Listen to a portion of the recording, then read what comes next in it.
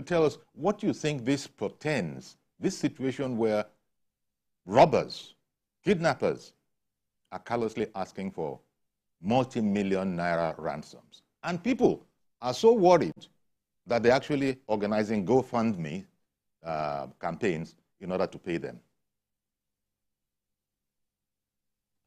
I think, let me start by saying very unfortunately that we have a ruling elite class, to which I belong, and unarguably, that is more concerned about being on the spotlight than actually addressing real issues that concern Nigeria and ordinary people. All this GoFundMe, crowdfunding, and the rest was introduced, by the ruling elite so that they can, be on the spotlight to show that they are concerned. But that is not a sufficient concern. I was very active in issues that have to do with security when I was in Adamawa State, and I was privileged to be the leader of a Nigerian delegation at an international workshop on this security issue in Cameroon. And I saw the tweet, for example, by one of our former senators saying in neighboring countries they don't pay ransom. That is not true. We had participants from all of the neighboring countries of West Africa, and they all agreed that, yes, somehow at times they are forced to pay ransom. But most importantly, what they're doing is that everything they do, they always did it in a very subtle and hidden manner. They don't go out and begin to take credit and grandstand on the spotlight, doing things that they should have done to even better the lives of the people, to even end this banditry. So what I feel is that because probably even the kidnappers are cowardly, only kidnapping people who are lowly.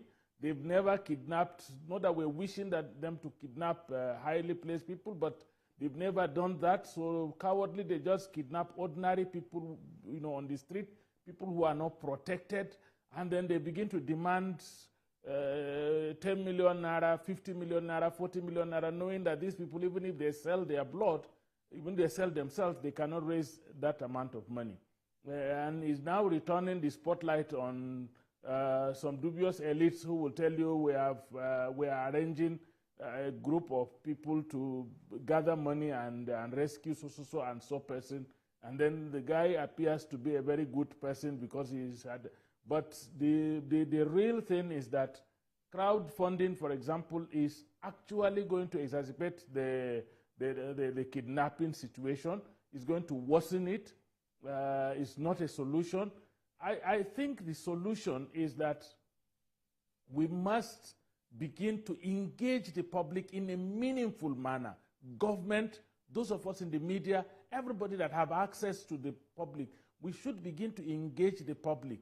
The insecurity that is happening, the kidnappings, and all of these things that are happening are subject to two things. One is that there's a need for the security agencies to adopt a new approach. The approach they are adopting now is not working well.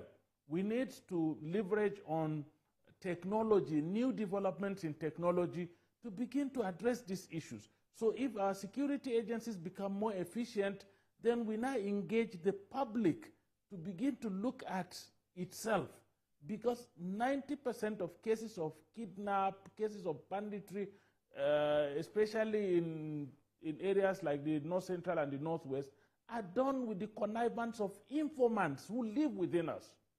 How do we identify these informants? How do we expose these informants? Because they are more dastardly than even the people who perpetrate these things. So we need to look at it from these two broad angles. An efficient, technology-driven security operations and enhance public awareness as to its own role in ensuring security. Another thing I believe that can help us greatly And something that we have at every security summit or seminar I have attended that had been a recurring discussion is that our intelligence gathering, intelligence processing, intelligence sharing is poor. It's very poor. I remember, before the Maitatsine, erupted in Bulunkutu, Maiduguri, for example, my father-in-law, who was then working for the SSS, had infiltrated the group and lived with them for about 6 months. He understood the place. By the time we left that place, he had a useful document that helped the security agencies to go into Bulunkutu and cage the Maitatsine group within that enclave, and it did not expand beyond that enclave. We need to do a lot about our intelligence gathering. I often wonder, why will, for example, a drone bomb a group of people doing Maulud in Kaduna?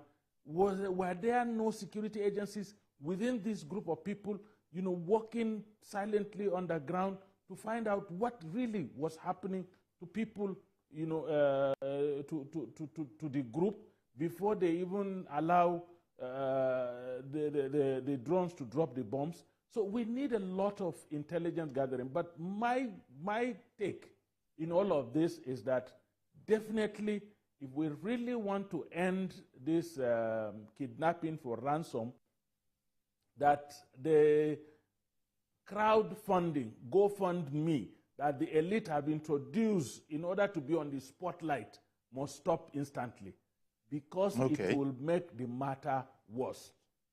Okay, but when you say the elite, when you blame the elite for these crowdfunding and these GoFundMe, as you know, the authorities have never supported, paying ransoms.